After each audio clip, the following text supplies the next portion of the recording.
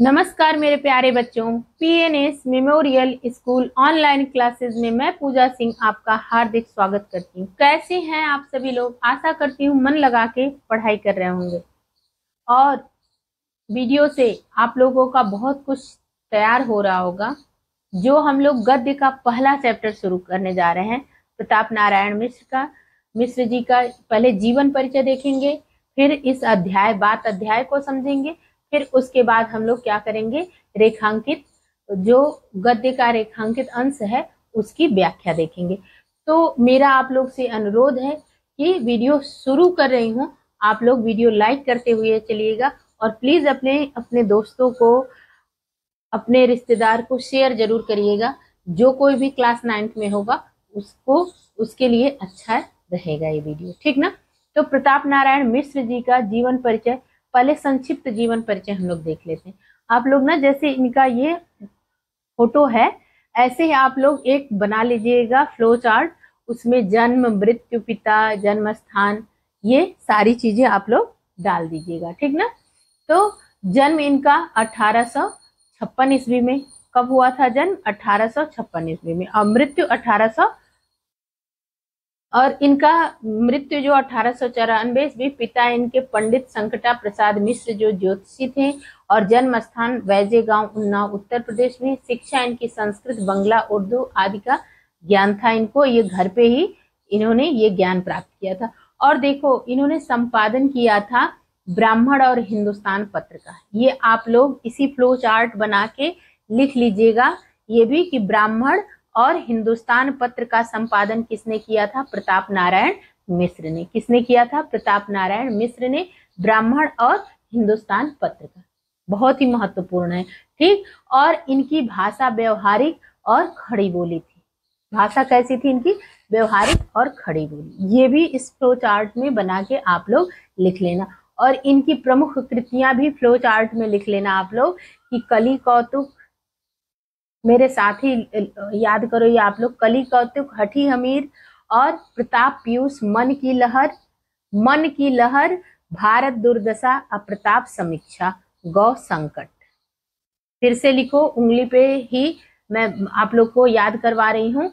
कलि कौतुक, हठी अमीर, ठीक, प्रताप पीयूष, मन की लहर, और भारत दुर्दशा, प्रताप समीक्षा, गौ संकट। ये मुख्य है, बहुत सारी है, अभी आगे आप लोग पढ़ेंगे, लेकिन ये मुख्य फ्लो चार्ट में आप लोग बना के लिख लेना। और हिंदी साहित्य में इनका स्थान, तो हिंदी के प्रचार प्रसार में विशिष्ट योगदान रहा प्रताप नारायण मिश्र जी का, ठीक ना। तो चलिए अब इनका जीवन परिचय देख लेते हैं, कि प्रताप नारायण मिश्र जी का जन्म उन्नाव जिले के बैजे गांव में सन 1856 ईस्वी में हुआ था। इनके पिता पंडित संकटा प्रसाद मिश्र एक ज्योतिषी थे। वे पिता के साथ बचपन से ही कानपुर आ गए थे, ठीक ना। अंग्रेजी स्कूलों की अनुशासन पूर्ण पढ़ाई इन्हें रुचिकर नहीं लगी। तो ये मत सोचिएगा कि आपको पढ़ाई रुचिकर नहीं, इन्होंने स्व अध्ययन किया बहुत ज्यादा, ठीक ना। तभी इनको बहुत सारे संस्कृत, बंगला, उर्दू, बहुत सारे भाषा का ज्ञान हुआ। फलतः घर पर ही आपने, यानी प्रताप नारायण मिश्र जी ने बंगला, संस्कृत, अंग्रेजी, उर्दू, फारसी का अध्ययन किया। लावनी बाजों के संपर्क में, ये लोकगीत है, लावनी क्या है? लोकगीत है, के संपर्क में आकर मिश्र जी ने लावनियां लिखनी शुरू की, और यहीं से इनकी कविता का श्री गणेश हुआ। श्री गणेश अर्थात शुभारंभ हुआ, ठीक ना। और बाद में आजीवन इन्होंने हिंदी की सेवा की। क्या किया? हिंदी की सेवा। कानपुर के सामाजिक राजनीतिक जीवन से भी इनका गहरा संबंध था। वे यहाँ की अनेक सामाजिक संस्थाओं से संबंध रखे थे अपना। और इन्होंने कानपुर में एक नाटक सभा की भी स्थापना की थी। ये भारतेंदु हरिश्चंद्र जी के व्यक्तित्व से इतना प्रभावित थे कि इन्हें अपना गुरु और आदर्श मानते थे। अपनी हाजिर जवाबी और हास्य प्रियता के कारण वे कानपुर में काफी लोकप्रिय थे। इनकी मृत्यु कानपुर में ही सन 1894 ईस्वी में हुई, ठीक ना। अब आप लोग इनकी कृतियां लिख लीजिए, कि मिश्र जी द्वारा लिखित पुस्तकों की संख्या 50 है, लेकिन आप लोग को कुछ प्रमुख बता रही हूँ, जो लिख लीजिएगा अपनी कॉपी में फेयर और याद कर लीजिएगा, ठीक ना। तो मौलिक निबंध संग्रह आप लोग लिख लीजिए, डालिए हेडिंग मौलिक निबंध संग्रह। तो प्रताप पीयूष, निबंध नवनीत, प्रताप समीक्षा, और निबंध आप लोग लिखिए भौं, भौं, दांत, चिंता, पेट, स्वतंत्रता, रिश्वत, विलायत यात्रा, इनकम टैक्स, एक साधे सब सुधे, समझदार की मौत, ऊंच नीच निवास, ऊंच नीच निवास, ऊंच निवास नीच करतूत, ऊंच निवास नीच करतूत, मतलब ऊंचे घर में, बड़े घर में रह के, और करतूत कैसी, नीचों वाली, ठीक ना, छोटे वाली। नाटक कली, कली प्रभाव, हठी हमीर, कली कौतुक है, ये आप लोग डाल लेना, कली कौतुक, हठी अमीर, गौ संकट, और यहाँ पर आप लोग डालना जुआरी खुआरी डालना, ये टाइपिंग में गलती हो गई, खुआरी है। दूध का दूध, पानी का पानी आदि। और रूपक कली कौतुक, भारत दुर्दशा, प्रहसन जुआरी खुआरी, ये खुआरी है ना, वहां पे गलत हो गया है। समझदार की मौत। और काव्य इनका लिख लीजिए आप लोग कि मन की लहर, श्रृंगार विलास, लोकोक्ति शतक, प्रेम पुष्पावली, दंगल खंड, त्रिश्यंताम, और ब्राडला स्वागत, मानस विनोद, शैव सर्वस्व, प्रताप लहरी, शोकाश्रु, कजरी, होरी, लावनी आदि, ये इनकी काव्य है, ठीक ना।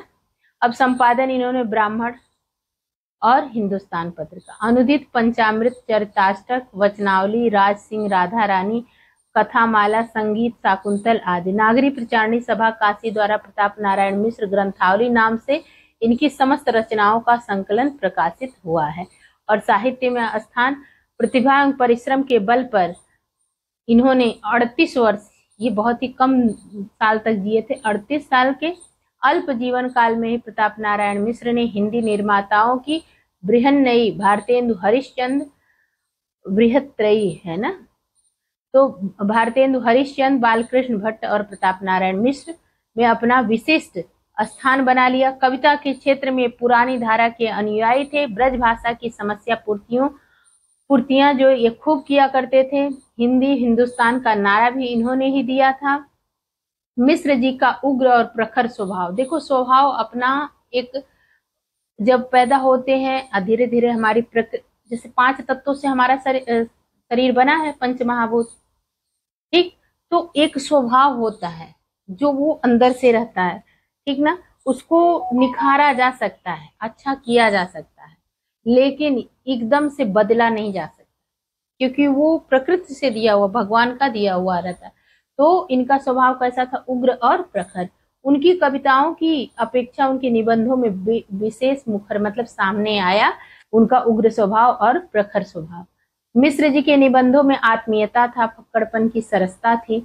इन्होंने कुछ गंभीर विषयों पर भी अपनी कलम चलाई, जिसकी भाषा अत्यंत ही सधी और परिमार्जित है। हिंदी निबंध के क्षेत्र में आज भी उनके जैसे लालित्यपूर्ण निबंधकार की अभी बहुत कमी है। इनके निबंधों में पर्याप्त विविधता थी, ठीक। हम लोग अब इस बात अध्याय को एक बार देख लेते हैं, समझ लेते हैं, फिर आगे बढ़ते हैं, ठीक ना।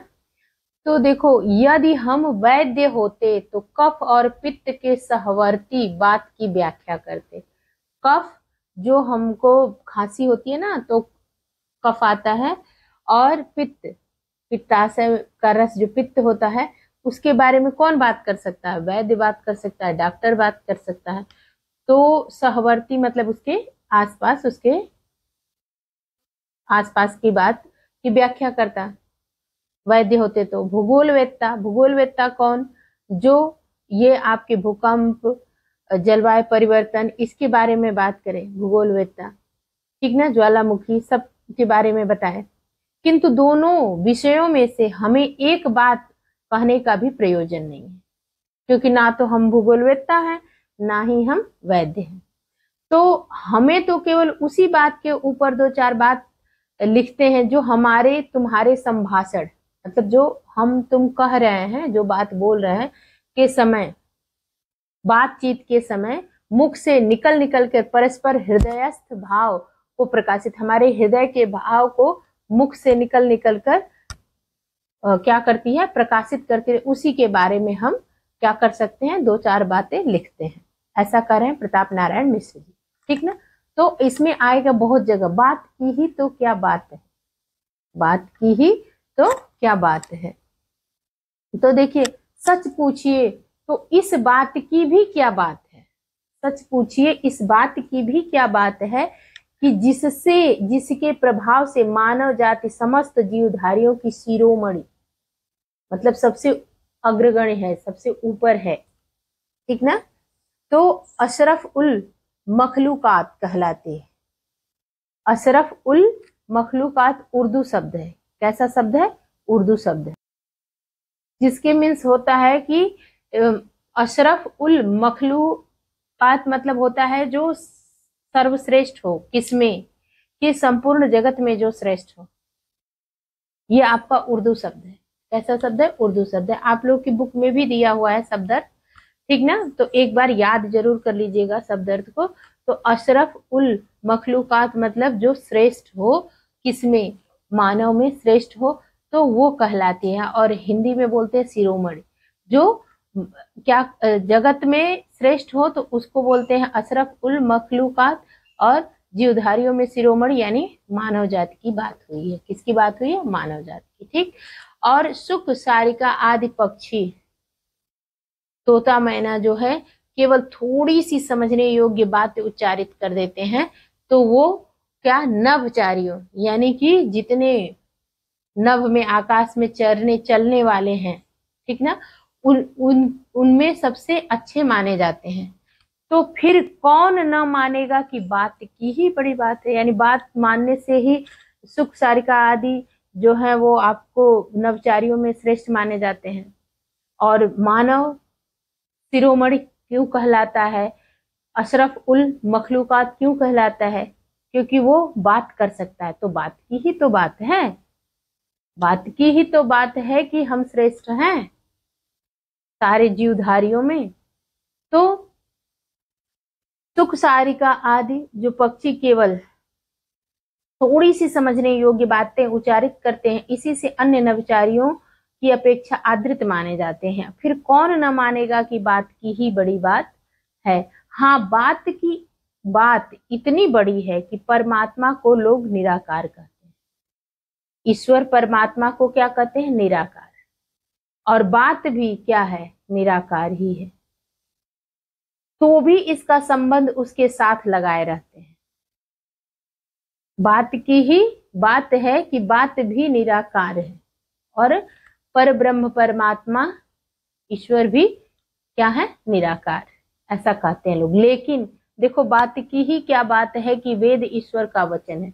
जब ईश्वर निराकार है, अवेद ईश्वर का वचन है, तो निराकार बोल लेगा।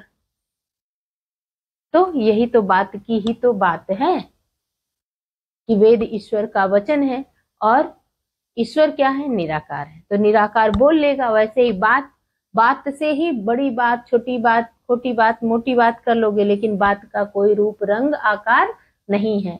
तो बात की ही तो बड़ी बात है, बात की ही तो क्या बात है, ठीक ना। कुरान शरीफ कलामुल्लाह है। अब ये जो कुरान शरीफ है, ये इस्लाम धर्म की किताब है, ठीक। Holi Bible word of the God है। यह वचन कलाम और वर्ड बात के पर्याय है। ये सब क्या है, पर्याय, पर्यायवाची शब्द, समानार्थी उसके सुने हो ना, पर्यायवाची, तो उसके पर्याय है। जो प्रत्यक्ष मुख के बिना स्थिति नहीं कर सकती, प्रत्यक्ष मुख के बिना स्थिति नहीं कर सकती, पर बात की महिमा के अनुरोध से सभी धर्मावलंबी, मतलब सारे धर्म के, चाहे ईसाई की होली बाइबल हो, चाहे कुरान शरीफ हो इस्लाम का, ठीक ना, कि बिन बानी वक्ता बढ़ जोगी, बिना बानी के मतलब निराकार हैं, वक्ता बढ़ जोगी, तो वाली बात मान रखी है। ईश्वर का कोई रूप आकार नहीं है। और उन किताबें उनकी वचन है, जो उनके धर्म ग्रंथ हैं, तो वो वेद ईश्वर का वचन है, ठीक। यदि कोई न माने तो लाखों बातें बना के मनाने पर कटिबद्ध रहते हैं। वो जो आपके धर्मावलंबी हैं, अगर कोई बात न माने जिस धर्म का जो है, तो वो बहुत सारी बातें बनाकर उसको मनाने के लिए कटिबद्ध रहते हैं। ठीक ना, तो बात की ही क्या बात है। फिर यहां तक कि प्रेम सिद्धांती लोग निर्वयव नाम से मोह बिचकाएंगे। निर्वयव मतलब लिख लो आप लोग, निर्वयव बिना अंग का, निर्वयव बिना अंग का निराकार, तो नाम से निराकार नाम से मुंह बिचकाएंगे प्रेम सिद्धांती लोग। यानी जितने लोग रसखान हुए, जितने लोग जो निर्गुण नहीं सगुण भक्ति धारा के हैं, वो लोग कृष्ण भगवान, श्री रामचंद्र जी, ये मूर्तियां हैं ना, तो निराकार कैसे हुए, तो वो लोग मुंह बिचकाएंगे। अपाणिपादो जौनो ग्रहिता। अब यहाँ पर पेंसिल लेके आप लोग बैठेंगे और लिख लीजिए कि अपाणिपादो जौनो ग्रहिता मतलब बिना हाथ पैर का गमन करने वाला, चलने वाला, ग्रहण करने वाला, अर्थात ईश्वर। कौन? ईश्वर की बात के पर हट करने वालों को यह बात कहने, बातों में उड़वाएंगे, कह के उड़वाएंगे क्या कि हम लूले लंगड़े ईश्वर को नहीं मान सकते, हमारा प्यारा तो कोटि काम श्याम वर्ण विशिष्ट है। निराकार का अर्थ श्री शालिग्राम शिला है, जो उसकी श्यामता का द्योतन है। अब द्योतन मतलब लिख लो आप लोग सारे लोग, द्योतन मतलब लिख लो प्रकाशित करना। क्या लिखोगे? प्रकाशित करना।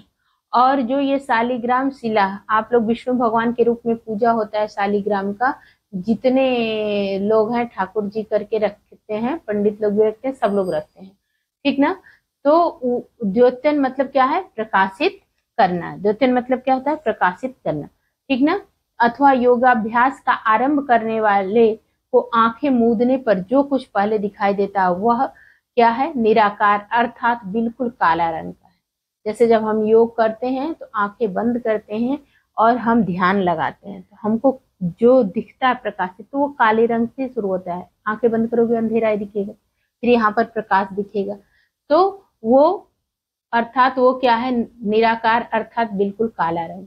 सिद्धांत यह है कि रंग रूप रहित, यानी सहित मतलब रंग रूप के साथ, जैसे आपको श्री रामचंद्र जी की मूर्ति, श्री कृष्ण भगवान की मूर्ति, लेकिन यहाँ सहित नहीं रहित को सब रंग रंजित एवं अनेक रूप सहित ठहराएंगे, किंतु कानों अथवा प्राणों व दोनों को प्रेम रस से सिंचित करने वाली उसकी मधुर मनोहर बातों के मजे से अपने को वंचित न रहने देंगे। बात की ही तो क्या बात, वंचित, ठीक ना। जब परमेश्वर तक बात का प्रभाव पहुंचा हुआ है कि निराकार कहने वाले निराकार कहेंगे, साकार कहने वाले साकार, तो बात की ही तो क्या बात है। बात से ही तो ये पता चल रहा है निराकार क्या होता है, साकार क्या होता है, ये भी तो बात ही है। तो बात की क्या बात है, ठीक। तो जब परमेश्वर तक बात का प्रभाव पहुंचा हुआ है, तो हमारी कौन बात रही? हम लोगों के तो गात मही बात करामात है। बात माही गात माही बात करामात है। गात मतलब शरीर होता है, ठीक ना। शरीर में बात का ही तो करामात है। अगर आपको कोई दिखेगा ना खूब बहुत अच्छा वक्ता है, उसके बहुत सारे दोस्त भी रहेंगे, तो बात की वजह से ना, तो बात की ही तो क्या बात है। तो गात माही बात करामात मतलब शरीर में बात का ही तो क्या है? करामात है, ठीक। नाना शास्त्र पुराण, अब जितने शास्त्र हैं, पुराण है, इतिहास, काव्य कोश इत्यादि सब बात की, उसमें क्या है? बात ही तो है, बात का ही फैलाव है। तो बात की ही तो क्या बात है। बात से ही शास्त्र, इतनी सारी चीजें, पुराण, 18 पुराण जो आपके हैं, सब सब बात से ही तो, वेद सब तो क्या है? बात की ही तो करामात है। उसमें क्या है? बात की ही तो क्या बात है, बात ही तो बात है, ठीक। तो फैलाव है जिनके मध्य एक एक ऐसी बात पाई जाती है जो मन, बुद्धि, चित्त को अपूर्व दशा में ले जाने, अथच लोक परलोक में सब बात बनाने वाली है। कैसी है? सब बात। अथच मतलब लिख लो अतिरिक्त या और, ठीक ना। तो अपूर्व दशा में ले जाने वाली, अथच लोक परलोक में सब बात बनाने वाली है। यद्यपि बात का कोई रूप नहीं बतला सकता कैसी है, बुद्धि दौड़ाइए अपनी, तो ईश्वर की भांति इसके भी अगणित ही रूप पाइएगा। जैसे ईश्वर के रूप अनेक है, अनगिनत है, अगणित है, जिसको गिना नहीं जा सकता उसको क्या बोलते हैं, अगणित है। तो वैसे ही बात के भी रूप को गिना नहीं जा सकता, अगणित। क्यों? क्योंकि छोटी बात, सीधी बात, खोटी बात, टेढ़ी बात, मीठी बात, कड़वी बात, भली बात, बुरी बात, सुहाती बात, लगती बात इत्यादि सब बात ही तो है। मतलब क्या, आपको कोई बात में ऐसी बोल दूं लग जाए तो वो बात तो लगती, लगने वाली बात, खोटी बात, बुरी बात, अच्छी बात। आपको कोई बात अच्छी लग गई तो बात की ही तो बात है, मैं अच्छी हो गई। कोई मेरी बात बुरी लग गई तो मैं बुरी हो गई। तो बात की ही, बात से ही मैं बुरी हो गई, बात से ही मैं अच्छी हो गई। तो बात की ही तो क्या बात है, बात ही तो सब कुछ है, बात ही की क्या बात है। ठीक ना? तो बात के काम भी इसी भांति अनेक देखने में आते हैं। प्रीति होता है, वैर होता है, सुख होता है, दुख होता है बात से ही। उत्साह होता है, अनुत्साह होता है, अनुत्साह, उत्साह। ठीक। तो आदि जितनी उत्तमता और सहजता बात के द्वारा विदित मतलब दिखाई देते हैं, दूसरी रीति से वैसी सुविधा नहीं है। चुपचाप मैं अगर ये बात ना बोलूं तो आप बात की ही क्या बात है, आप कुछ नहीं समझोगे, बात ही खत्म हो जाएगी, बात की ही तो बात ही खत्म हो जाएगी अगर मैं चुपचाप ये वीडियो बनाऊं तो। ठीक। तो इसलिए प्लीज वीडियो को लाइक जरूर करना और अपने 9th के अपने दोस्तों के पास शेयर करना, जिससे उनके भी काम आए। तो बात की ही तो बात है, और क्या है। ठीक। तो इसके अतिरिक्त अब देखो कि जो घर बैठे लाखों कोस का समाचार आप लोग सुनते हैं, तो वो मुख और लेखनी से निर्गत बात ही बतला सकती है। ठीक ना? डाक खाने अथवा तार घर के सहारे से बात में चाहे जहां की जो बात हो जान सकते हैं। डाक खाना पहले, अभी जो व्हाट्सएप मैसेज और ये सब करते ना, पहले पत्र आता था डाक खाने से, डाकिया लेके आता था, तो उसमें बात ही तो लिखी रहती थी। मैं लिखी जिसको, फिर मेरी दोस्त मुझको लिखी, तो वो क्या रहता था, डाक तार भेजा जाता था पहले। ठीक ना? ये सारी बात ही थी। इसके अतिरिक्त बात बनती है। अब बात देखो, बात कुछ भी नहीं है, निराकार है, लेकिन बात बनती है, बात बिगड़ती है। बात का कोई रूप नहीं है, लेकिन बात कभी बनती है, कभी बिगड़ती है। ठीक ना? बात आ पड़ती है, अरे अचानक ये बात आ गई, मेरे दिमाग में ये बात आ गई, कहाँ से आ गई, बात की तो बात है। ठीक। तो बात जाती रहती है, भूल गई मैं तो वो बात ही भूल गई, बोलते ना, मैं तो वो बात ही भूल गई, मैं बताई थी मुझे बात, वो बात मैं भूल गई, लो बात चली भी गई। यानी निराकार है, आना जाना रोना धोना सब बात का ही कमाल है। ठीक ना? तो बात की ही तो क्या बात है, बात उखड़ती भी है। सोच लो, घास है क्या बात, बात उखड़ती भी है। गुस्सा आ गया बस, लो बात उखड़ती भी है। फिर हमारे तुम्हारे भी सभी काम बात पर ही निर्भर करते हैं। बात ही हाथी पाइए, बात ही हाथी पांव। देखो बात से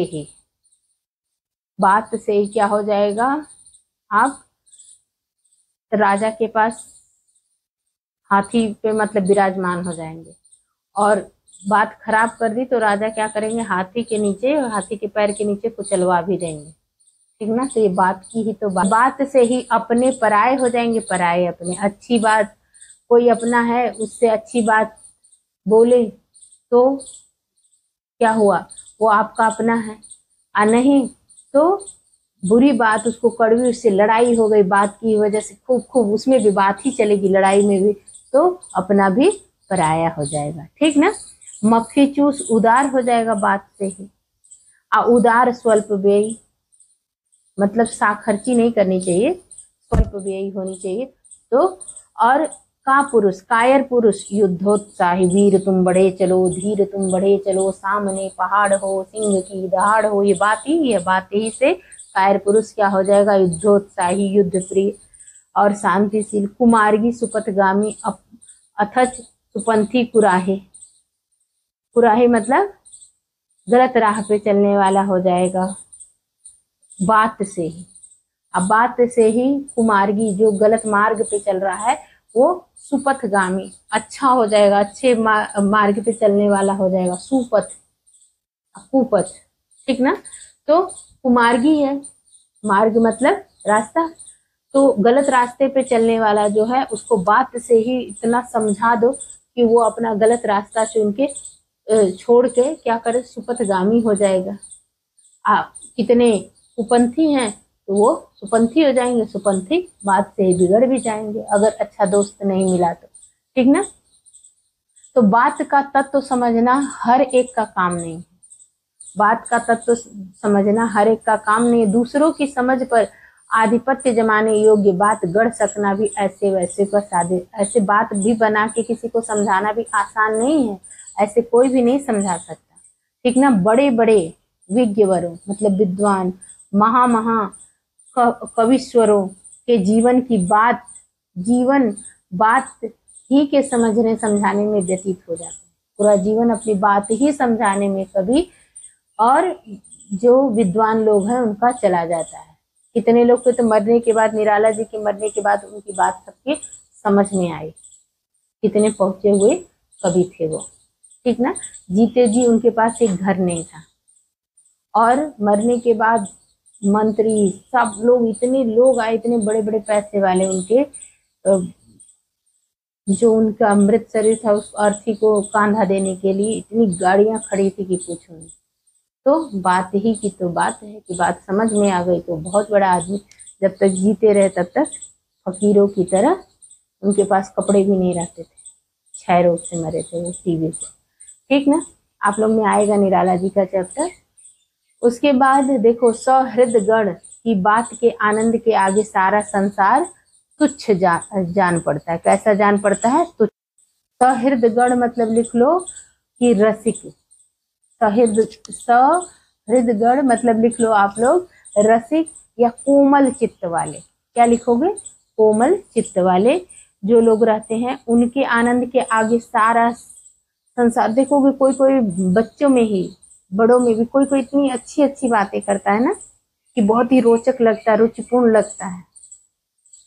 बालकों की तोतली बातें, जो बालक बोलते हैं उनकी तोतली बातें जो हैं वो कितनी अच्छी लगती। सुंदरियों की मीठी मीठी प्यारी बातें, सत्कवियों की रसीली बातें, सुवक्ताओं की प्रभावशालिनी बातें, जिनके जी और का और न कर दे उन्हें पशु नहीं पाषाण खंड कहना चाहिए। मतलब इनकी बातों को हृदय में जिनके न लगे उनको पाषाण खंड मतलब पत्थर समझना चाहिए, क्योंकि कुत्ते बिल्ली आदि को विशेष समझ नहीं होती। कुत्ते बिल्ली को अगर हमको इन लोग की मीठी बच्चे की तोतली भाषा अच्छी न लगे, सत्कवियों की रसीली बातें हमको हमारे हृदय को प्रफुल्लित न करे, हमारे हृदय में हमारे भाव न भर दे उनके लिए, बच्चों के लिए, सत्कवियों के लिए और सुवक्ताओं के लिए, सुंदरियों के लिए, तो फिर हमारा हृदय कैसा पाषाण खंड पशु के समान है, ठीक ना। क्योंकि जो कुत्ते बिल्ली रहते हैं उनको भी पुचकार कर तू तू पूसी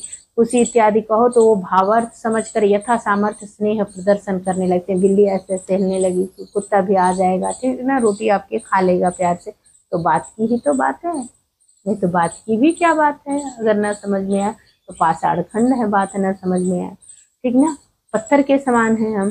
फिर वह मनुष्य कैसा जिसके चित्त पर दूसरे हृदयवान की बात का असर न हो। हमारे परम पूजनीय आर्यगण अपनी बात का इतना पक्ष करते थे कि तन तीय तनय धाम धन धरनी, यानी सत्य संग कह तृण समबरनी, अथच प्राणन ते सुत अधिक है सुत से अधिक परान, ते दूनो दशरथ तजे वचन न दीन है जान। ये इत्यादि उनकी अक्षर जो उनके अंदर अक्षर संपदा कीर्ति सदा संसार पट्टिका पर सोने के अक्षरों में लिखी रहेगी।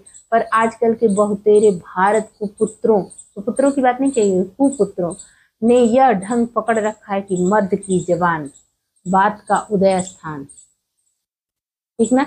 अपना वचन बात ही निभाने के लिए ना दशरथ जी के ने कहा था कि मैं 2 वचन दूंगा, और वही देने के लिए श्री रामचंद्र जी कहाँ चले गए, वन को चले गए। ठीक है, तो वचन अपने बात, वचन के लिए ही ना, तो बात ही की तो बात है कि इतनी बड़ी बात हो गई। श्री रामचंद्र जी कहाँ चले गए, वन को, लेकिन भरत जी ने उनकी खड़ाओं को रखा सिंहासन पे, खुद नहीं रहे। ठीक ना। तो आज जो बात है, कल ही स्वार्थंधता के वश हुजूरों की मर्जी के मुवाफिक, ये आप लोग का उर्दू शब्द है, दूसरी बातें हो जाने में तनिक भी विलंब की संभावना नहीं है। यद्यपि कभी कभी अवसर पड़ने पर बात के अंश का कुछ रंग ढंग परिवर्तित कर लेना नीति विरुद्ध नहीं है। ठीक ना। कभी कभी अवसर पड़ने पर बात को इधर से उधर, उधर से इधर भी कर लेते, परिवर्तित भी कर लेते, पर कब जायत पुकार देशोद्धार के लिए, देश के उद्धार के लिए, प्रेम प्रचार के लिए, आदि के समय पापी पेट के लिए, देखते हो ना, पापी पेट के लिए बात इधर से उधर करनी पड़ती है, क्योंकि कहा जाता है पापी पेट का सवाल है। ठीक ना। हम लोग हैं जिन्हें आर्य कुल रत्नों के अनुगमन की सामर्थ्य नहीं, किंतु हिंदुस्तानियों के नाम पर कलंक लगाने वालों के भी सहमार्गी बनने में घिन लगती है। हिंदुस्तान के नाम पे जो लोग कलंक हैं, उनके सहमार्गी नहीं हम बन सकते। ये इन्होंने उस समय लिखा है, आजादी के समय की ना, तो उस आजादी के समय की बात कही है इन्होंने। इससे यह रीति अंगीकार मतलब ग्रहण करने, अंगीकार कर रखे, चाहे कोई बड़ा बत कहा, मतलब बहुत बात करने वाला बात उन्हीं कहे, चाहे या समझे, यह समझे कि बात कहने का भी सौर मतलब ढंग नहीं, किंतु अपनी मत के अनुसार, अपनी बुद्धि के अनुसार ऐसी बातें बनाते रहना चाहिए जिनमें कोई न कोई, किसी न किसी के वास्तविक हित, किसी का उपकार हो, ऐसी बातें निकलती रहें। बनाना चाहिए ऐसी बातें कि जिससे किसी का हित हो, किसी का भला हो। ठीक ना। पर खेद है कि हमारी बातें सुनने वाले उंगलियों पर ही गिनने भर को है। अगर अच्छी बात बोलो तो बहुत कम लोग, ये पढ़ने के लिए बहुत कम लोग मिलेंगे। अभी बिना बात के बात बोलो तो बहुत लोग मिल जाएंगे। ठीक ना। तो इससे बात में बात निकालने का उत्साह नहीं होता। अपने जी को क्या बने बात, जहां बात बनाए न बने। अपने जी को क्या बने बात, जहां बात ही न बने, वहां अपने जी को बनाने के लिए कौन सी बात बोलेंगे अपने मन को। ठीक ना। तो इत्यादि विदग्ध लापों की लेखनी, अब ये लिख लो, आप लोग लिख के याद भी कर लेना। ठीक ना। सभी लोग विदग्धालापों मतलब विद्वानों का विद्वतापूर्ण कथन, बस ये लिख लो, विद्वतापूर्ण कथन। और जात्युपकार मतलब लिख लो आप लोग, जाति का उपकार। जात्युपकार मतलब लिख लो, जाति का उपकार। ठीक। और सामर्थ्य तो जानते हो, क्षमता होती है। ठीक ना। तो अब इत्यादि विदग्धालोपों मतलब विद्वानों का कथन की लेखनी से निकली हुई बातें सुना के कुछ फुसला लेते हैं, और बिन बात की बात को भी बतंगड़ मतलब खराब कर देते हैं। समझ के बाद बहुत बात बढ़ाने के से हाथ समेट लेना ही समझते हैं कि अच्छी बात है। जो बहुत ही विद्वान लोग हैं ना, ये इतनी सारी बातें इन्होंने लिखी हैं कि बात से ही बात का बतंगड़ बन जाता है। और देखते हैं विद्वान लोग की बात से बतंगड़ बन रहा है तो बात अपना समेट लेते हैं, इसी को अपना ये अच्छा समझते हैं कि बात का बतंगड़ बनने से अच्छा है कि बात को अपने तक ही सीमित कर लें, समेट लें, अपने पास ही रख लें, तो यही सबसे अच्छी बात है। क्योंकि किसी को समझाने चलोगे तो जरूरी नहीं है कि उसको अच्छी लगे तुम्हारी बात। तो प्रताप नारायण मिश्र ने बहुत सारी बातें कही, और बात की ही तो क्या बात है। तो चलिए अब हम लोग क्या करते हैं, रेखांकित अंशों की व्याख्या देख लेते हैं। चलिए हम लोग व्याख्या देख लेते हैं रेखांकित अंशों पर। यदि हम वैद्य होते तो कफ और पित्त के सहवर्ती बात की व्याख्या करते। ठीक है। तथा भूगोलवेत्ता होते तो किसी देश के जलवात यानी जलवायु का वर्णन करते। किंतु दोनों विषयों में से हमें एक बात भी कहने का प्रयोजन नहीं है क्योंकि ना हम भूगोलवेत्ता हैं ना ही हम वैद्य हैं। ठीक, तो हम तो केवल उसी बात के ऊपर 2-4 बातें लिखते हैं जो हमारे तुम्हारे संभाषण के समय मुख से निकल के परस्पर हृदयस्थ, मतलब हमारे हृदय के भाव को प्रकाशित करती है। ठीक, तो इस संदर्भ लिखोगे तो 2 नंबर आपके संदर्भ से ही पक्के हो जाते हैं। ठीक ना। प्रस्तुत गद्यावतरण हमारी पाठ्य पुस्तक हिंदी गद्य में संकलित एवं प्रताप नारायण मिश्र जी द्वारा लिखित बात शीर्षक पाठ से उद्धृत है, ये रेखांकित अंश आपका। ठीक ना। अब इसकी व्याख्या हम लोग कर लेते हैं कि लेखक इस तथ्य से अवगत कराते हुए कहता है कि एक व्यक्ति का जो स्वभाव यानी अपना भाव होगा अथवा जिस प्रकार का कार्य करेगा, अब हम पढ़ाएंगे तो हम अपने अध्यापन से संबंधित बातें करेंगे। ठीक ना। तो कार्य करेगा वह स्वाभाविक रूप से उसी के वातावरण में उसी कार्य के अनुसार उसी बुद्धि वाला हो जाएगा। ठीक ना। वैसी ही बातें भी करेगा वो। ठीक है, तो उससे संबंधित विषयों पर बात करेगा। यदि कोई भूगोल का ज्ञाता होगा तो अपने स्वभाव अनुसार किसी देश की जलवायु तथा प्राकृतिक विषयों पर बात करेगा। अब जैसे उससे पहले ये देख लो आप लोग कि उदाहरण स्वरूप हम वैद्य राज को लें तो अपने स्वभाव अनुसार एक कार्य के अनुरूप किसी रोग जैसे पित्त उससे संबंधित विषयों पर बात करेगा। और भूगोल का ज्ञाता होगा तो अपने स्वभाव अनुसार किसी देश की जलवायु अथवा प्राकृतिक विषयों पर बात करेगा। परंतु लेखक कहता है कि दोनों विषयों में बात करने का हमारा कोई प्रयोजन नहीं है। क्यों? क्योंकि हम लोग उसी विषय पर बात लिखते हैं अथवा करते हैं जो हृदय की भावनाओं को, कवि हुए, लेखक हुए, वो लोग अपने हृदय की भावनाओं को वाणी के रूप में व्यक्त करते हैं। ठीक ना। किस रूप में? अपने हृदय के भाव, चाहे समाज सुधार के लिए हो, चाहे निबंध हो, चाहे नाटक हो, अपनी भावनाओं को वाणी के माध्यम से प्रकाशित करते हैं। ठीक, अब चलिए अगला हम लोग देख लेते हैं कि जब परमेश्वर तक बात का प्रभाव पहुंचा हुआ है तो हमारी कौन बात रही? बात की ही तो बात है। हम लोगों के तो गात मही बात करामात है, मतलब गात मतलब शरीर। ठीक ना। तो ये शरीर जो है बात का ही करामात है। जो नाना शास्त्र मतलब तमाम तरह के शास्त्र हैं, पुराण है, 18 पुराण, इतिहास, काव्यकोश इत्यादि सब की बात के ही फैलाव, उसमें क्या है? बातों का ही अंबार है, बात की ही तो बात है और तो कोई बात ही नहीं है। ठीक, जिनके मध्य एक एक बात ऐसी पाई जाती है जो मन बुद्धि चित्त को अपूर्व दशा में ले जाने वाली अथच लोक। आप लोग कमेंट करिए, अब तक आप लोग अथच मतलब जान गए होंगे क्या होता है, मैं शुरू में ही बता दी हूँ आप लोग को। तो अथच लोक परलोक में सब बात बनाने वाली है, यद्यपि बात का कोई रूप नहीं बतला सकता कैसी है, पर बुद्धि दौड़ाइए तो ईश्वर की भांति इसके भी। जैसे बात का कोई रूप नहीं है, ईश्वर का मतलब अगणित अनंत है, वैसे बात भी क्या है? अनगिनत है।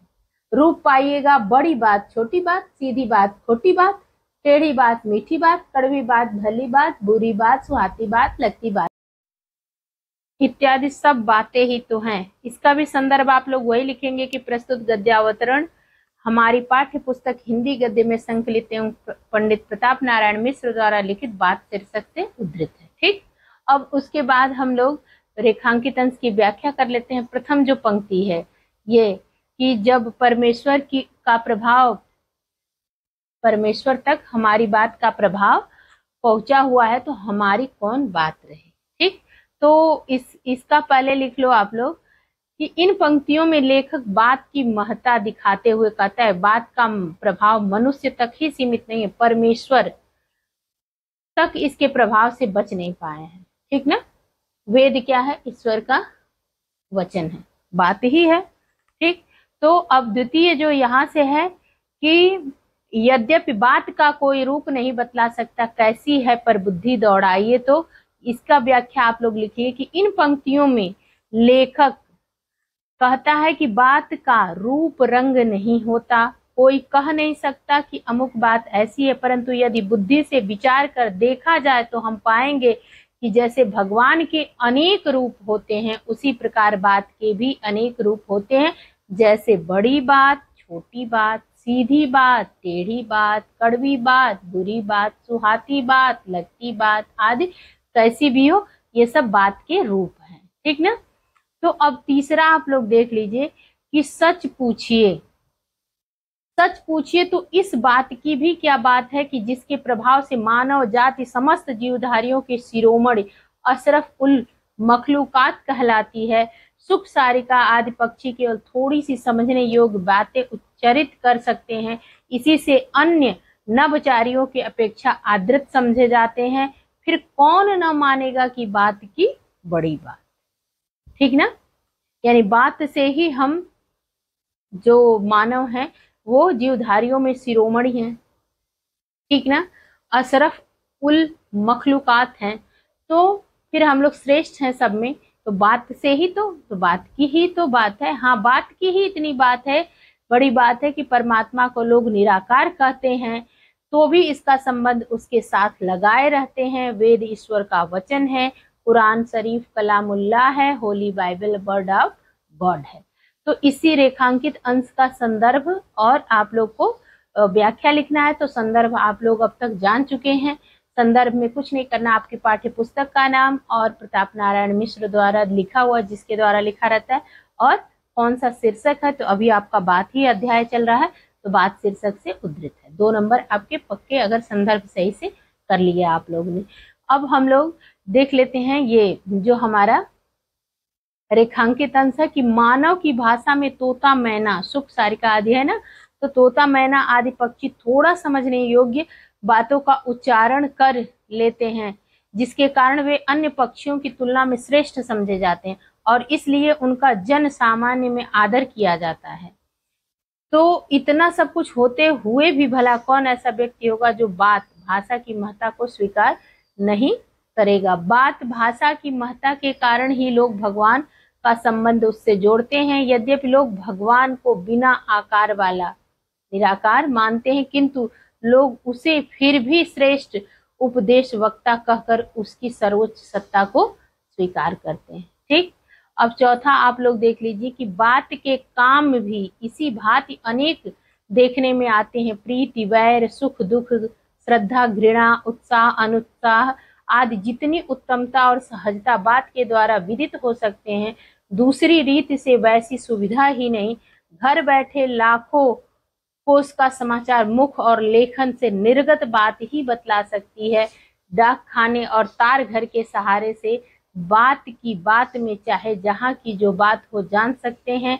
इसके अतिरिक्त बात बनती है, बात बिगड़ती है, बात आ पड़ती है, बात जाती रहती है, बात उखड़ती है। हमारे तुम्हारे भी सभी काम बात पर ही निर्भर करते हैं।